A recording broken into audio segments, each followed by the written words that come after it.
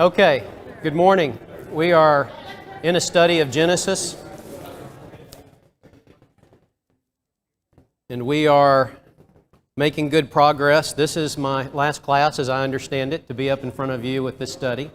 And I would, before we get started, like to tip my hat to David. David was the lead in this class, and he's done a great job. The conversations that we had, I always benefited from. I'd always have to, after we parted, turn around with my phone and write down the things that he mentioned. And I know that there was probably some feelings that we could have met more, and that's entirely my fault, but you've got a good one in David, and I know you know that, and I appreciated David, so thank you, David. So we are in a study of Genesis. We'll be talking and focusing our time about this class on Joseph from really the age 17 to governor there in Egypt.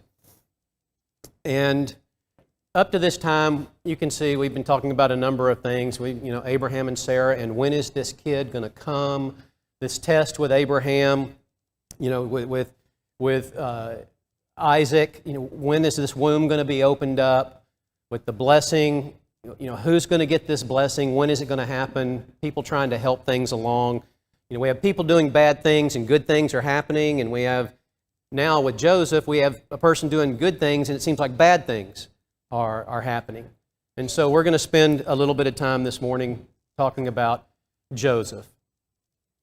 So I've divided it up because it covers a number of chapters. I've divided it up into this pit, Potiphar, in that scenario, the prison, and the palace with the governorship, and Joseph as a leader and a manager. There are a number of studies out there, secular studies, talking about what makes a good leader and what makes a good manager. And those are really two different things, but when you get someone that is a good leader and a good manager, they are great in front of people, and great leaders and great managers both they're very successful. So a lot of things we can learn from Joseph. All right, so what I'd like to do is if you would turn with me to Genesis 37. I'm going to read the first 4 verses of that chapter. Genesis 37, 1 through 4. Now Jacob dwelt in the land where his father was a stranger, in the land of Canaan. And this is the history of Jacob. Joseph, being 17 years old, was feeding the flock with his brothers, and the lad was with the sons of Bilhah and the sons of Zilpah, his father's wives, and Joseph brought a bad report of them to his father. Now Israel loved Joseph more than all his children, because he was the son of his old age, and he had made him a tunic of many colors. But when his brothers saw that their father loved him more than all his brothers, they hated him and could not speak peaceably to him. So Joseph comes on the scene at 17 years of age. So he's a fairly young fella. He was the firstborn of Jacob's favorite wife, Rachel. And this passage says he was the son of his old age, son of Jacob's old age. What does that mean? He was the son of his old age.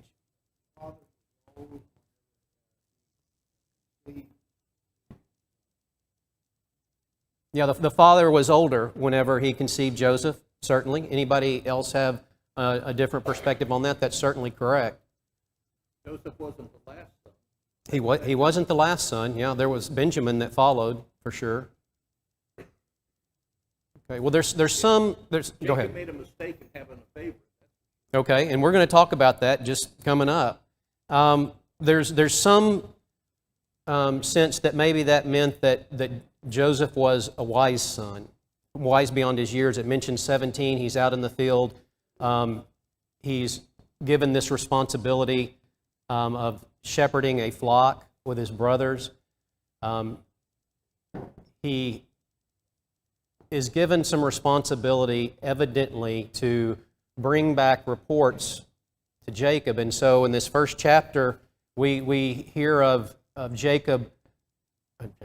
Joseph bringing back an evil report of his brothers.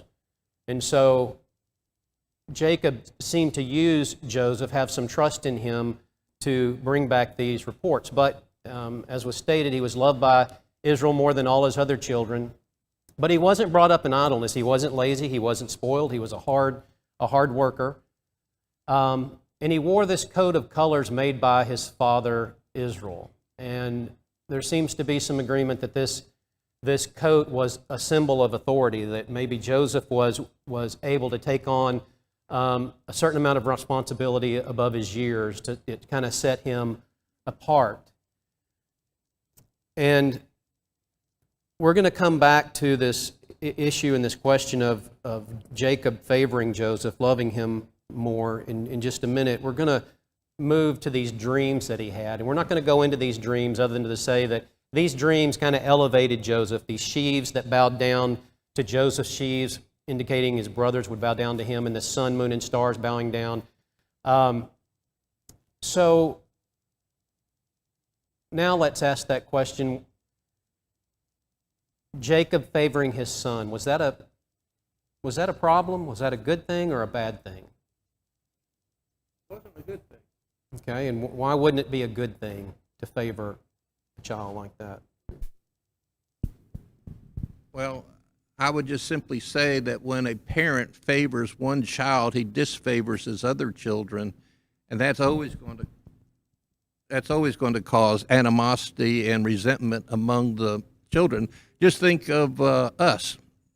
How would I feel if I knew that God loved you more than me?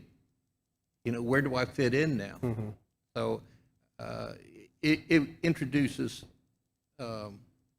anytime there's favoritism in the family, like love them, they had multiple wives back then, to love one wife more than the other wives, it's just an ugly situation. Yeah, it kind of puts Joseph in a bad situation, really. You know, so you wonder, and we talked about how maybe Jacob, as a younger individual, maybe got a bad rap. And sometimes I feel that way about Joseph. He's put in this situation. His father trusts him. He's sending Joseph out to check on these brothers, and he's bringing back not good reports.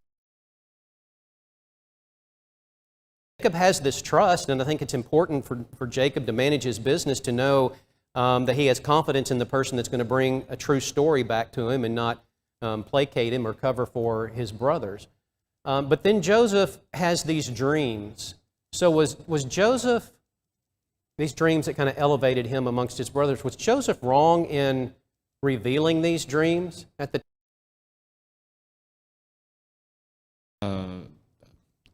I always think that it wasn't very wise of him to be forthcoming with them, you know, given especially that he was favored by his father and there was already tension there. You know, I don't know, that's my opinion. Yeah, no, and I think that's a valid opinion. I think it's a very valid opinion. Does anybody else have an opinion? Yes, sir. The only thing I can think of is that Joseph understood that these were, in a sense, divine revelations. It seemed to me then it would be appropriate to make the disclosure. But I don't know that he's just simply talking about his dreams, as I do sometimes.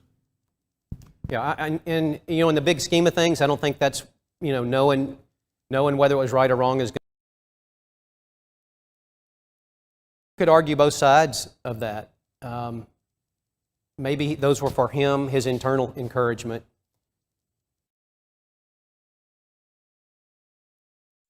When his brothers, when Joseph is revealed to his brothers in Egypt,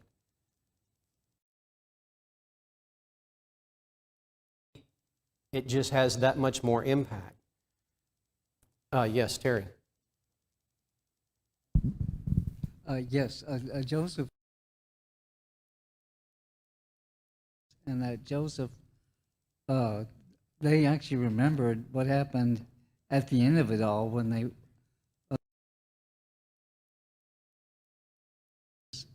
and they went to Egypt to buy grain, and of course, that was when they recognized actually the dream was Joseph, in that they bowed down to him because of his position and his responsibilities. Yeah, they were definitely prophetical. There's no doubt about that. They had meaning and future meaning for sure. Any analogy, and you know, if you push any analogy too far, it's going to fail. But if Joseph has this talent, so to speak, with these dreams, does that in any way reflect, us as Christians? We have this ability to teach people, to expose them to God. But if you've talked to people enough, sometimes the response you get is, "Oh, well, y'all think you are the only ones going to heaven," and it shuts people down. Should we keep that within us if we know that that's something that's true and that needs to be communicated? It could be how you communicate, and and maybe not. I mean, I've been in situations where I felt like I communicated it very effectively, sensitively, and I get that. I've gotten that same response. And if this was something that Joseph was supposed to share so that it would have a bigger impact later, then maybe it was the right thing to do. Other side of that is, maybe it wasn't the right thing to do. Maybe that was for him to give him confidence in interpreting these dreams, which I'm still kind of confused on, how he knew he had the ability to interpret these dreams. But he does. Okay, so after this first dream of the sheaves, how did his brothers feel about Joseph? Really, even before. What's that? I'm just agreeing with you. The father put Joseph in a position of superiority over his brothers, and then Joseph confirms his superiority through the telling of his dreams. If you take God out of it, how would you feel if somebody's indicated that this person's superior to you, and then that person comes up and tells you, "I am superior to you"? It doesn't go over well. Yeah, it's just arrogance and pride is the way that's going to come across, which is the way it came across to his brothers, and we understand that. But they hated him. That's what this passage says. They hated him. And so you think it can't get any worse, but then he has this other dream about the sun, moon, and the stars. And what was the term that described how his brothers felt about him after that? That hate turned to jealousy or envy, right? Kind of reminds us of the Cain and Abel situation, right? And they were willing to do the same thing that Cain was willing to do to Abel. They were getting ready to kill him. And even Jacob, how does Jacob respond to that dream, that particular dream? He did. He rebuked him. Even Jacob thought, that's a little much, but it also says that he pondered, and that kind of reminds me of Mary, the mother of Jesus, when Jesus would do certain things and she would ponder those things in her heart. It's like Jacob knows there's something special about Joseph. And even though he had to take a fatherly stance in that situation, you can tell that he believes that there may be some truth to that.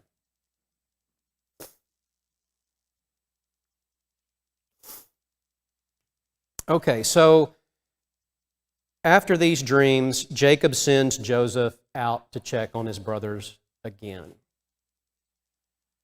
And when Joseph goes to look for his brothers, they were supposed to be in Shechem. Did he find them? No, he didn't find them. So they weren't where they were supposed to be, which may be a reason that Jacob felt the need to send the brothers out, or Joseph out to check on his brothers.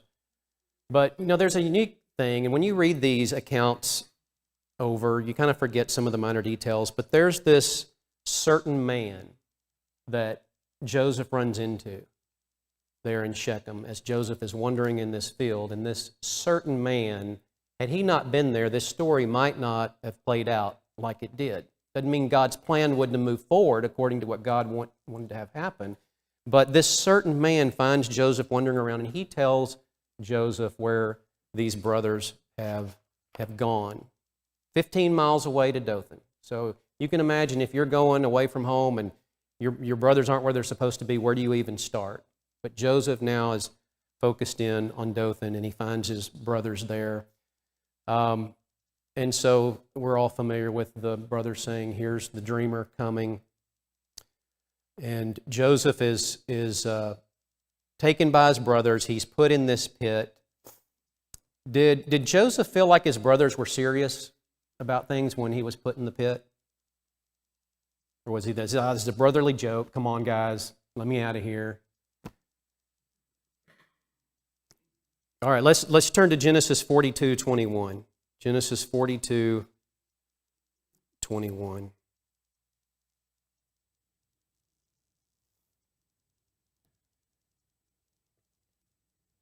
Then they said to one another, these are the brothers, we are truly guilty concerning our brother, for we saw the anguish of his soul when he pleaded with us, and we would not hear. So this wasn't perceived as some kind of brotherly joke. This was serious. And there was a lot of clothes renting going on in this particular situation. We've got Reuben renting his clothes because he's not exactly on board. We've got Jacob renting his clothes when he gets the news. We've got Joseph's coat being torn and blood put on it, and the son's taking this coat back to Jacob and letting Jacob draw his own conclusions as to what has happened, while at the same time Joseph is sold into slavery to be taken to Egypt. So then he's taken to Egypt and he's sold, and a fellow by the name of Potiphar buys Joseph. And he's the captain of the guard. Coincidence or providence? Providence, probably. Even if it was coincidence, God would use that. But providence, likely. I mean, how many... Well, we'll save that for a little bit later. But the Lord was with Joseph. He was a prosperous man. Let's turn to Genesis 39 and read verses 1 through 6 real quick so that we're all on the same page. Genesis 39, 1 through 6. Now Joseph had been taken down to Egypt, and Potiphar, an officer of Pharaoh, captain of the guard, an Egyptian, bought him from the Ishmaelites who had taken him down there. The Lord was with Joseph, and he was a successful man, and he was in the house of his master, the Egyptian. And his master saw that the Lord was with him, and that the Lord made all he did to prosper in his hand. So Joseph found favor in his sight and served him. Then he made him overseer of his house and all that he had put under his authority. So it was from the time that he had made him overseer of his house and all that he had, that the Lord blessed the Egyptian's house for Joseph's sake. And the blessing of the Lord was on all that he had in the house and in the field. Thus he left all that he had in Joseph's hand, and he did not know what he had except for the bread which he ate. So the Lord made Joseph a prosperous man. He stood out, not with a coat this time, but with the results of his work, his labor. And Potiphar saw that the Lord was with him and that everything he did prospered, and he was the overseer of Potiphar's house, to the point that Potiphar just let it go. Joseph, you take care of everything. He didn't know what he had except for the food that he ate. And Joseph was a goodly person, and he was well favored. You know, when you try to pull from that a lesson, Joseph's employer prospered because of Joseph. Might God cause the companies for which we work for to prosper because of us? And is that do we believe that? Is that a possibility? Yeah, absolutely. I mean, and that, you know, we've talked about things that we should pray for, about living our lives so that we find favor in God's eyes. Not that we'll be delivered from everything, because we can see here, this is a good guy doing good things, and bad things have happened to him. But to be able to make it through that, to find favor in God's eyes so that He helps us make it through these things. And then to pray for our employers. God uses them to provide for us, and that's a good thing. Not anything to be ashamed. Church, absolutely. Praying for our country, we've talked about. You know, may the few righteous preserve this country. And may the righteous of this church preserve this country. You know, to have confidence that you're living your life so that you might be one of those few people that were hoped to have been found in Sodom to save that city. Hope to be those people, live to be those people. Absolutely. So, what do you think, what traits do you think that Joseph demonstrated that gave Potiphar the confidence to just turn everything over to him? Leadership. Good servant, good server. Trustworthy. Say again? Trustworthy.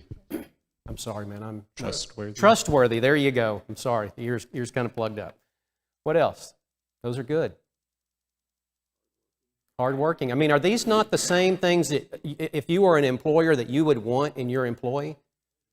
Which should make Christians some of the best workers out there. These are traits that we all should have.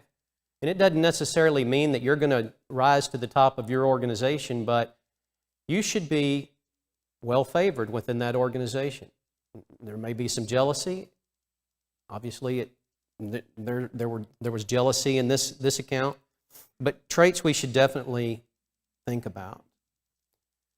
Okay, so then we have this issue with Potiphar's wife. What kind of woman was Miss Potiphar? Got some bullet points up there. She was persistent with Joseph. She was conniving. When he turned her down, she was scorned.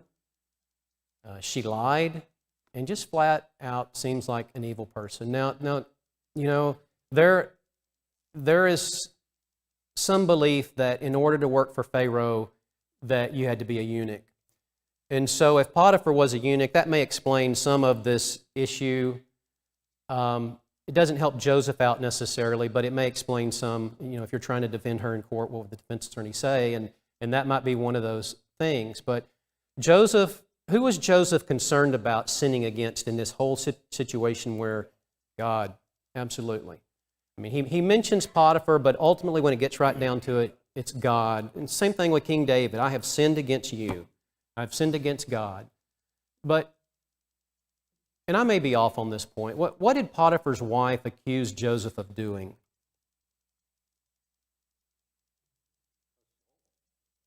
Well, assault, okay, we'll hold that very well could be.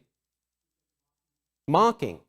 Yeah, so, you know, I tried to do some research on that term, you know, to make fun of someone. It doesn't come across to me that that's necessarily a sexual thing, although it could be. I think you could make it that he made fun of me by trying to assault me. But she mentions that he came into this house and mocked me, and she has his garment that she has as proof. And so she tells her husband, because she's been scorned now, she didn't get what she wanted, so now she's going to make life rough for Joseph.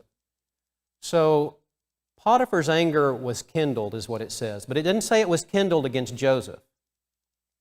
And if this woman is any reflection of the picture that we have here, then probably the other servants in the house, and maybe even Potiphar, knew what this woman was capable of. And if you're Potiphar and you have this individual that is just doing a bang-up job and everything's prospering, and now you've got to deal with this, you've got a servant against your wife against a servant, whose word are you going to have to take? The wife, okay? And so maybe he was just mad at the whole thing. Maybe he's mad at Joseph, I don't know. But he is just frustrated and upset about the whole thing. The whole thing. So it doesn't pinpoint who his anger was kindled against. So in this situation, did Joseph do everything right? Yeah. If Joseph does everything right and he gets thrown into prison, that's kind of a difficult pill to swallow.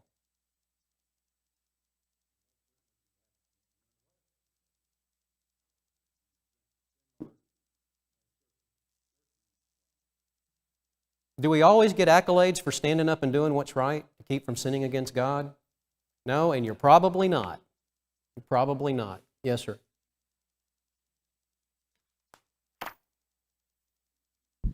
Always feels like it has to be slightly more profound if the mic is there. I was just saying we live in a sinful world, and in spite of our efforts to live righteously and do the right thing, we're going to come in contact with people and forces that are going to create problems with us because of sin. And so we can live as righteously as we can strive for, but in that pursuit of righteousness, there will be trials and tribulations because of evil people.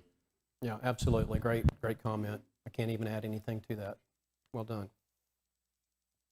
Okay, so now, we're Joseph resists this temptation and he's rewarded with prison. So what prison was Joseph placed in?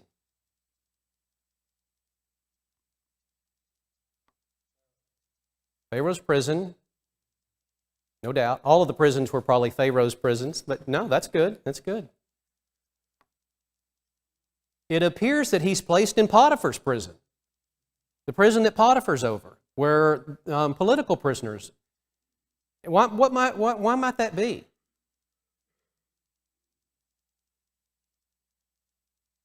I mean, if he's fond of Joseph and he's not necessarily sure that Joseph is at fault at all of this, and he's prospered, don't you think you want to keep him somewhere close to you? Yeah, I would think so. I would think so. So what kind of prisoner does Joseph turn out to be? A model prisoner, absolutely. I mean, no matter where he is on the ladder, no matter how many times he gets knocked down, he seems to rise back up to the top. And that says a lot about Joseph. And he's put, and when we have this baker and this butler that we're all familiar with, and these aren't just, the guy that's in the kitchen, and the guy that's setting the place serving. These are the chiefs of those specialties. So these are the top guys. And so Joseph is put in charge of serving these two high officials within Pharaoh's organization there, his regime. So what happens when Joseph goes to prison?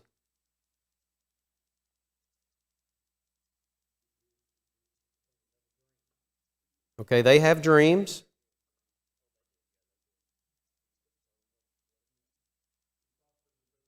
He prospers in prison. He prospers in prison. Yeah, it says, the keeper of the prison did not look into anything that was under Joseph's authority, because the Lord was with him, and whatever he did, the Lord made it prosper. So again, Joseph is given a tremendous amount of responsibility at a young age, and he succeeds. So we have this passage in Psalms 105. And let's turn there and take a look at that.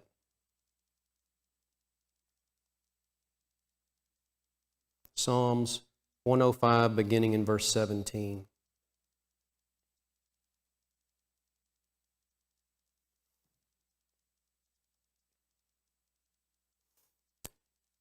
He sent a man before them, Joseph, who was sold as a slave. They hurt his feet with fetters. He was laid in irons. So this wasn't a comfortable thing, and maybe he even had to walk around taking care of the baker and butler and doing his duties with these fetters on. I'm not sure. But it goes on to say, until the time that his word came to pass, the word of the Lord tested him. So what do you think that means, the word of the Lord tested him?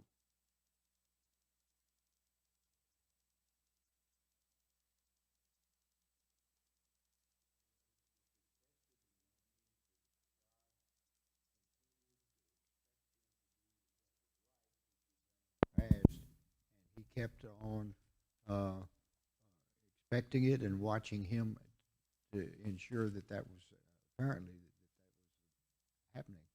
Yeah, no, I think that's definitely a good point, for sure. Yes, sir. The word temptation actually means to test. And so God tested Joseph, but God tests all of his children. The testing of our faith confirms our faith when we are faithful to God. And so Joseph passed the test. Yeah, if you think you're going to get out of this life without being tested, you are wrong. You are absolutely wrong. And if you haven't been tested yet, it's coming. I'm telling you. And what I take away from this is that Joseph is in prison. He wants out. He doesn't know when he's going to get out. He doesn't have a clue as to how long he's going to be in there. And so he's testing him. And we read in Psalms about waiting on the Lord. And we know that Abraham and Sarah had to be patient and wait. And we know that Isaac had to be patient. And we know all these lessons about people being patient and waiting on the Lord. And to me, I think that testing him was just, you're going to have to be patient. It's going to be on the Lord, in the Lord's time, not yours. And so Joseph, it didn't discourage Joseph. Joseph kept doing what he needed to do, waiting on the Lord. Yes, sir, Michael?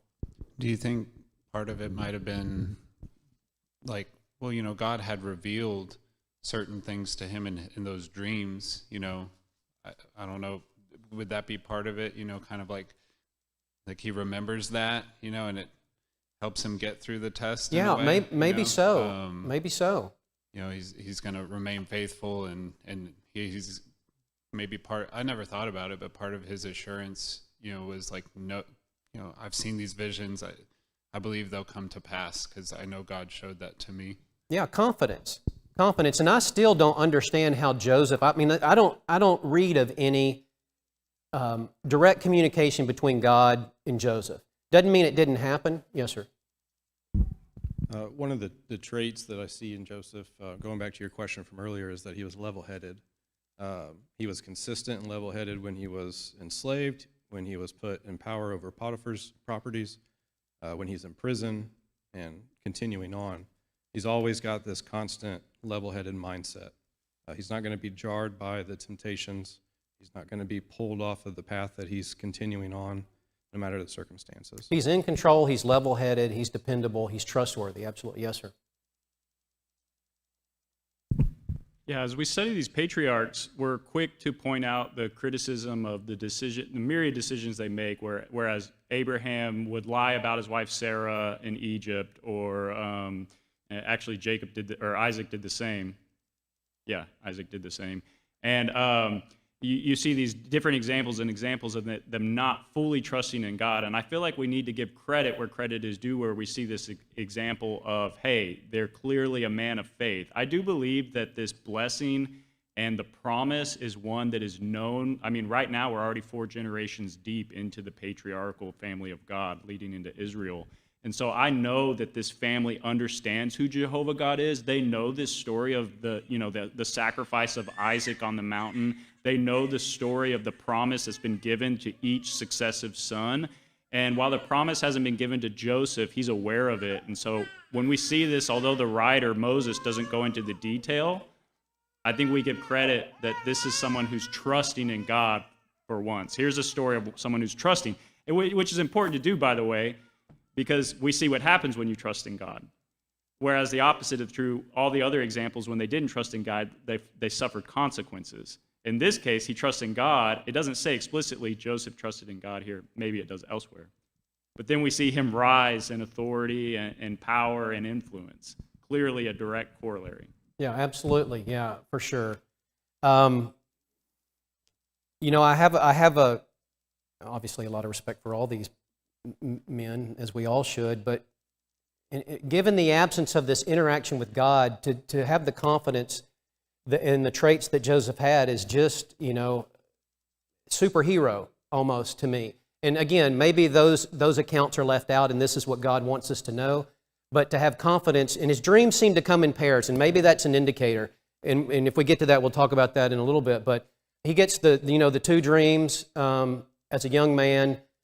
He gets the 2 dreams from the baker and the butler. He gets the 2 dreams from Pharaoh. So maybe it's something that about these 2 dreams that gives him confidence that when he knows the meaning of it, he feels confident in sharing that meaning. Not sure about that. But back on our question, if Christ through his suffering learned obedience, then to me that testing, then Joseph through his suffering learned patience. And that's what I get from that is that, if you're in prison and you don't know when you're going to get out, patience is a virtue.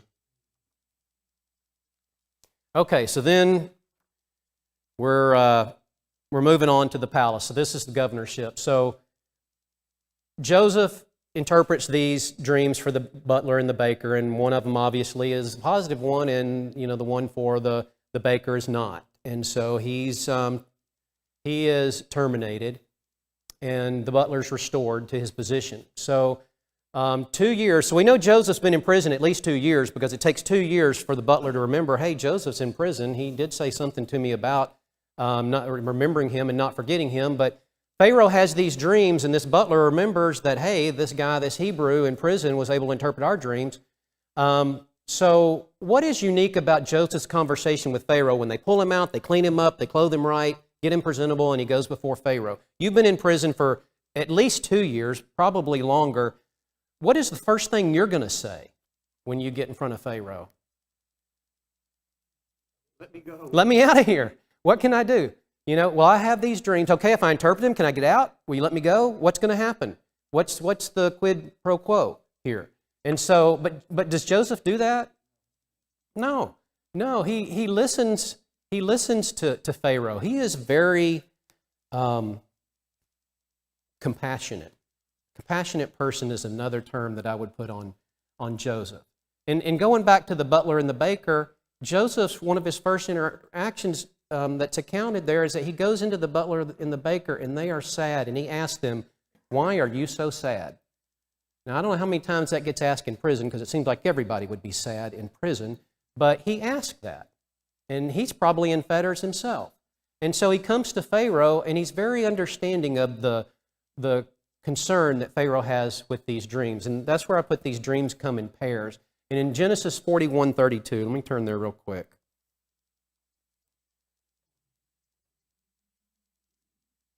Genesis 41:32. And he's telling Pharaoh that the dream was repeated to Pharaoh twice because the thing is established by God and will shortly bring it to pass. And I don't know if that's our clue as to how Joseph knew when he could interpret these dreams. I don't know. It just was something that stuck in my head when I read that as a little bit odd. But Joseph gives credit to the Lord. He doesn't take credit for any of the dreams that he interprets, and he tells Pharaoh that God is in control.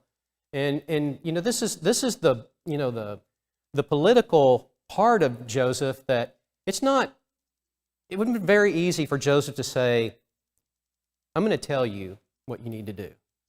Okay? This is what you need to do." But he doesn't. He says God has shown Pharaoh what he's about to do. And I can tell you that goes over with an executive a lot better than you telling an executive what to do. Okay? To let it come from someone else, in this particular situation, God. So Joseph rose quickly to... Yes, sir. Go ahead. It was also like, it took a lot of guts to say, because of Pharaoh doesn't want to honor God. My knowledge is not good on what Pharaoh would have thought, but either he worshipped other gods, or demanded everybody worshipped him, and so for Joseph to mention, I feel like to mention God, it's something different. God is not Pharaoh's God. That takes courage. Yeah, God is not Pharaoh's God. But one thing you note throughout the Old Testament is that when people claim to be of God and have faith in God and things happen, the people accept God real quick. Daniel's God, Abraham's God, Joseph's God. Yes, sir. To Michael's point, if I remember correctly, I believe pharaohs were kind of deified in Egypt. Right. So it could have even been considered blasphemous for Joseph to say this to Pharaoh. Yeah, no, that's a great point. Yeah, it could have turned, depending on how Pharaoh responded, could have turned south real quick, for sure. So Joseph rose quickly to power. How long did it take Joseph to rise to power under Pharaoh? Not very long. One day. I'm thinking one day, maybe. One day. It took him a while to exhibit that power, but when Joseph tells Pharaoh that this is what God's interpretation of this dream, and here's what he wants you to do, Pharaoh responds, "There is no one as discerning and wise as you, Joseph. You shall be over my house.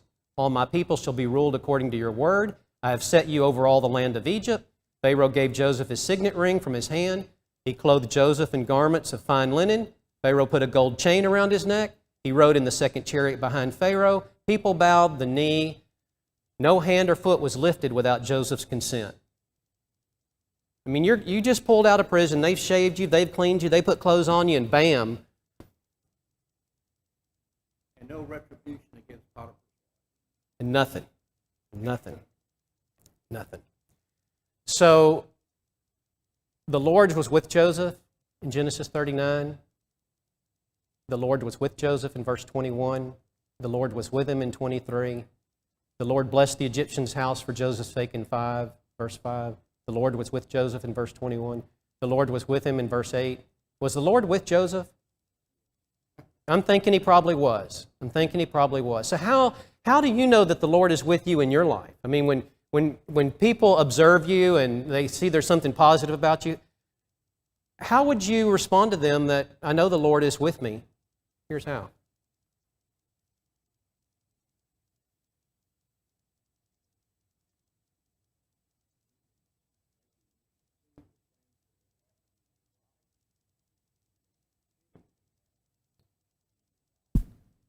Yeah, you can see the things that happen in your life, is what Harrison's saying, and it's hard to see, probably like Joseph at the time, but if you've lived long enough, you should be able to look back on your life and say, that was God. That was God. That was God. Yes, sir. I would just simply say you have to be careful for that as well, because God disciplines His children and we all suffer. So to say, people might wonder, what have you done wrong in your life that God is punishing you in this way?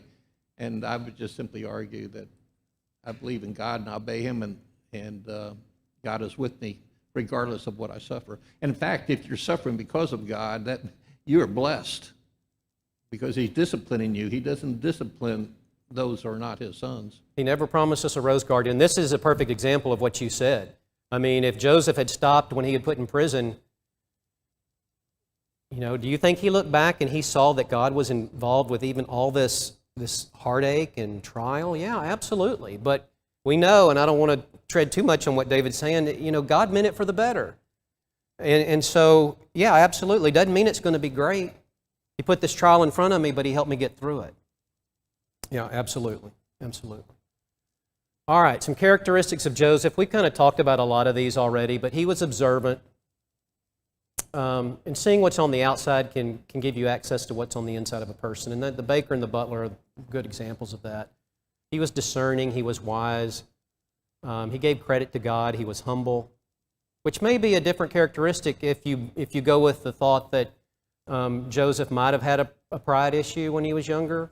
Maybe he didn't. He was trusted. He served others. He was in control of himself. He was sober. He was a good leader, a good manager.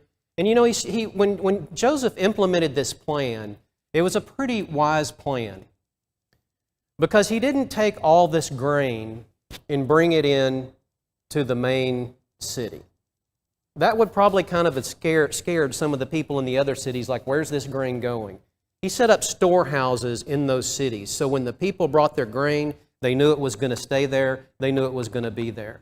Good manager, a good manager. He was honest. He acted with integrity. He was faithful. He was loyal. So there are some similarities between Joseph and Christ, and there is not a mention in the Bible that Joseph is a type of Christ, so I think we have to exercise some caution here.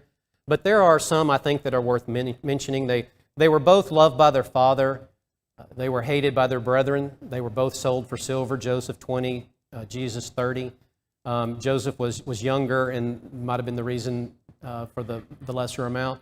Neither appeared to amount a defense to the accusations. At least we don't have a record of that. They both served others. Their life was a life of service. At their name, every knee bowed or will bow. Neither bargained for their freedom with high officials when they were put on trial or questioned or exposed to those high officials. They both suffered to save God's people. Both were first humbled, then exalted. Both unjustly accused and then punished. And both were about the same age. Their 30 seems to be about the age of maturity. It seems like in the Bible, David was 30-ish when he became king. In the Levitical priesthood, you were about 30 before you could actually take part in that. Joseph was about 30. Jesus was about 30. So a lot of responsibility and maturity evidently comes around that age in the Bible.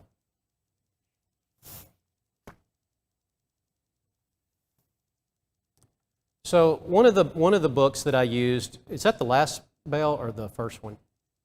Second one? Okay. Well, let me read this real quick, and because I thought it was important. It's called the Genesis record. But Joseph and his brothers, before they could be brought to genuine repentance and spiritual maturity as necessary for the founders of the tribes of Israel, must be taught the awful consequences of sin and must themselves be brought low in confession and humiliation.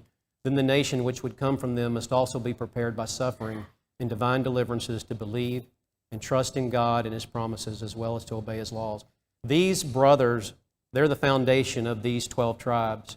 And it was necessary for them to learn, just like Joseph had learned in his struggles in his early life. So I'll leave that with you. I appreciate your comments, and we'll see you on Wednesday and next Sunday.